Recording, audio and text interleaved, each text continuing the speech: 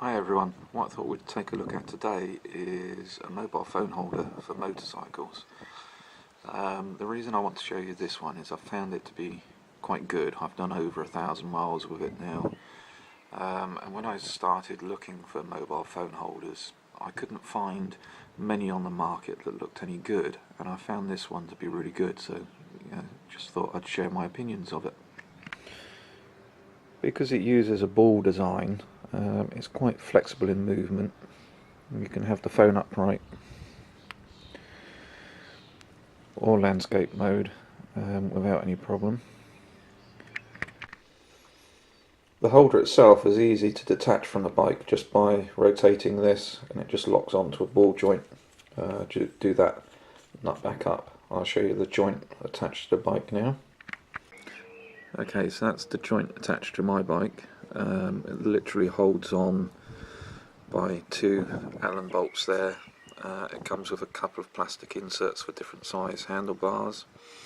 The ball joint itself can be removed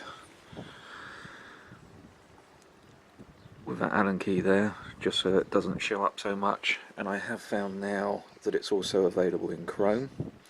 They also do some that just bolts onto the two bolts on your switch gear on either side, but I prefer this because it's more central and easy to see the phone when it's on the bike.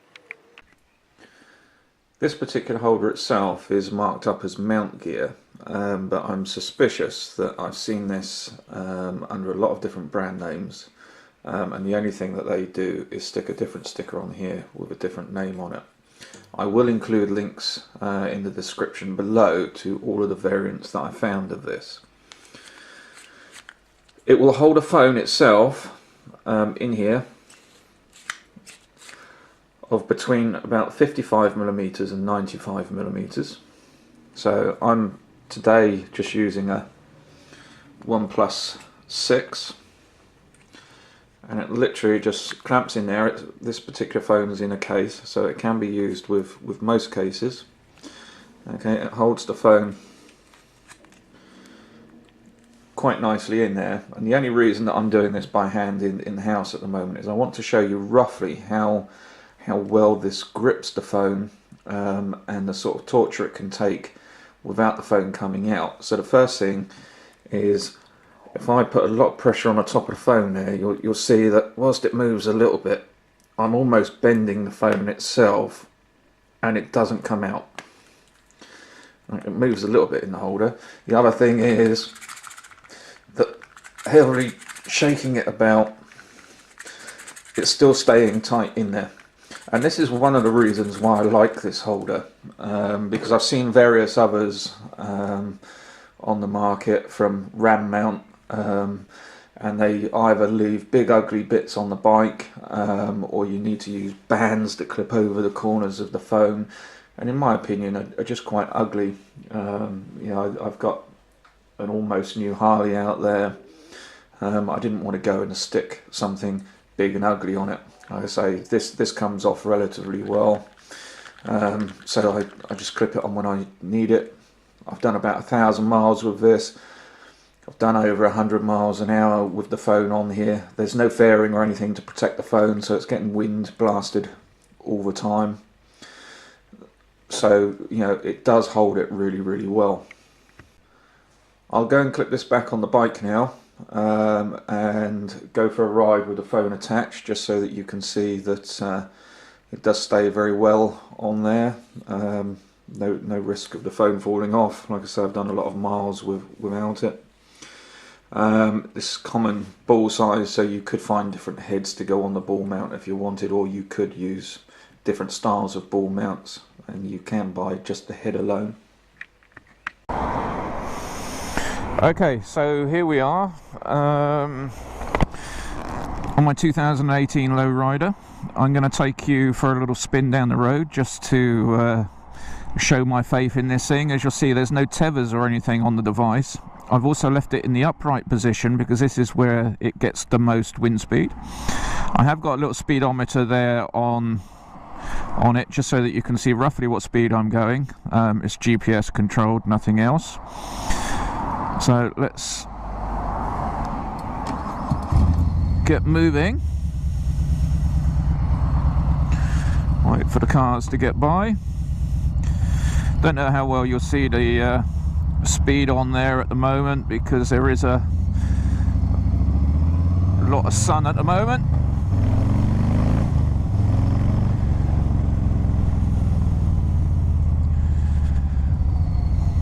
I say I have complete faith in this thing, so I've not tied it on in any way. So if something goes wrong and it blows off and I've lost my phone, obviously it's not on contract or anything. Okay, 72 miles, 73 miles an hour.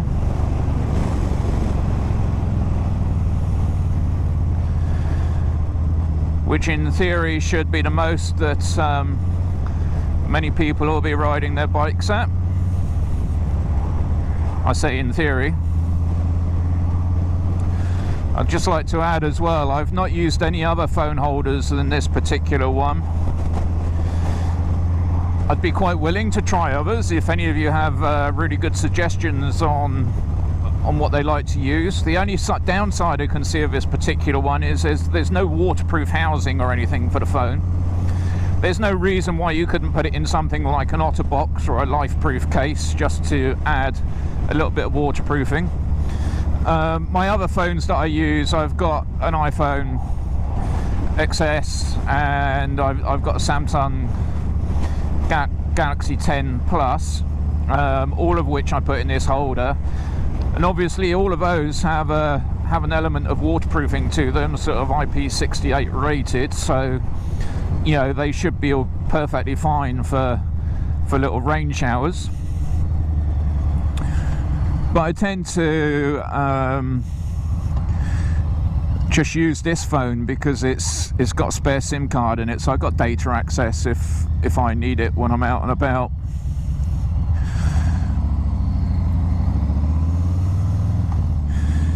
But because no one knows the number of this particular handset, I don't get bothered with too many pop-up messages on the screen all the time from texts or whatever throughout my journey.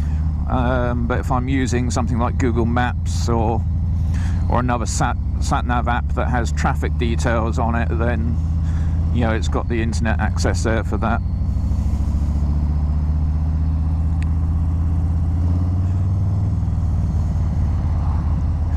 I say I'd be willing to try some others. I was interested in looking at the RAM mount because they've got really good fixings on them. You know, the ball joints hold really tight. Certainly in all the trucks that I work in, all the computers and everything are fixed on RAM mounts, so I know that they hold quite solid. But I personally think that they're quite ugly, particularly on a bike like this. If it was hidden behind a fairing or something, I probably wouldn't be so worried. Alright. There's a roundabout in a couple of 100 yards. We'll turn around and come back hopefully on the road I've just been down. Can probably just push the 75-mile-an-hour mark again, just to demonstrate my faith in the grip on that holder.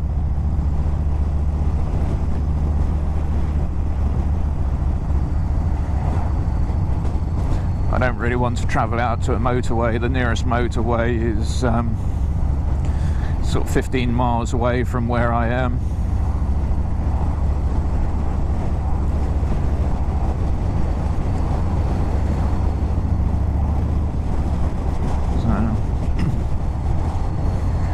But certainly here at sort of 35-40 miles an hour, there's no issue at all. As you can see, she's still there, holding quite tight.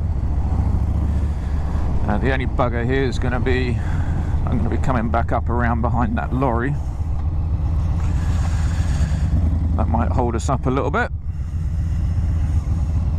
Well, we'll see in a second. I might be able to get past him.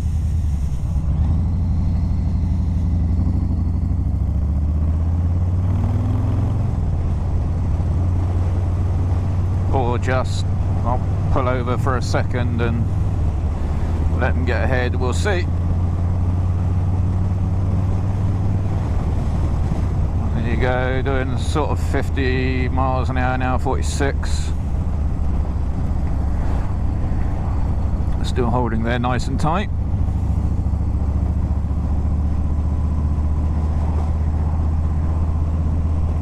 Obviously, I think if I had an off-road bike and I was going to go out across the forest or something like that, then something like a ram mount with sort of the webbing that goes over the phone to hold it in place might be the way to go.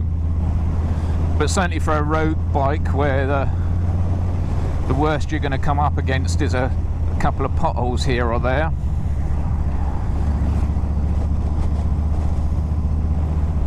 I don't see the point in.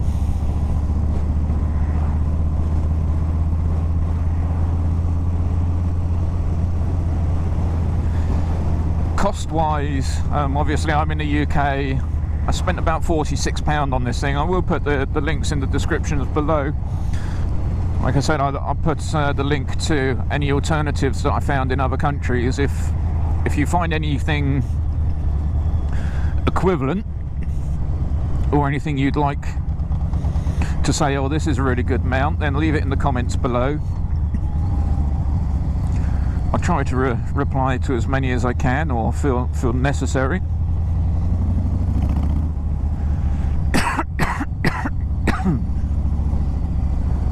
Not going to get much speed up down here.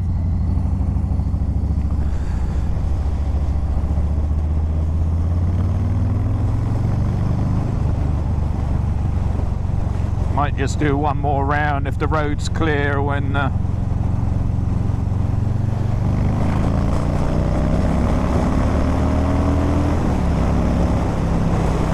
yeah, 80 miles an hour there.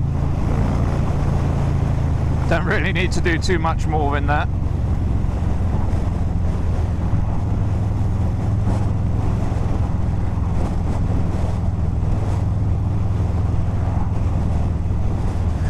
A lot of people assume Harleys to be slow, but this has got nearly an 1800cc engine in it,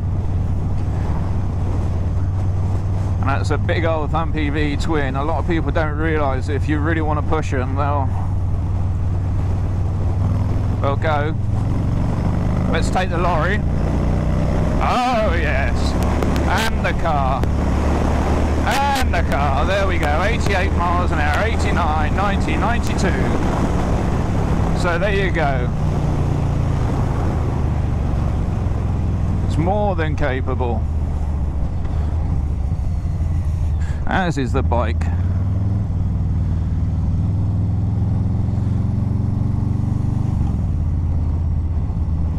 I'm quite confident that this thing will quite happily take 110 miles an hour without the phone falling off.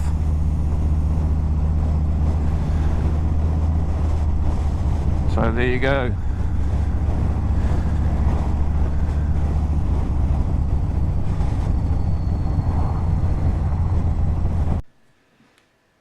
Okay, so there you go, back home. I've still got my phone, still intact, which is always a bonus. I'm still alive, which is an added bonus. So there you go. Even Harley Cow gives it a 4.8 spots out of 5. If you've got any questions or suggestions, then make them in the comments below. If you like this video, click the thumbs up button. Please subscribe to the channel, and if you want to be notified of any future videos, then just click the bell icon. Thank you for watching.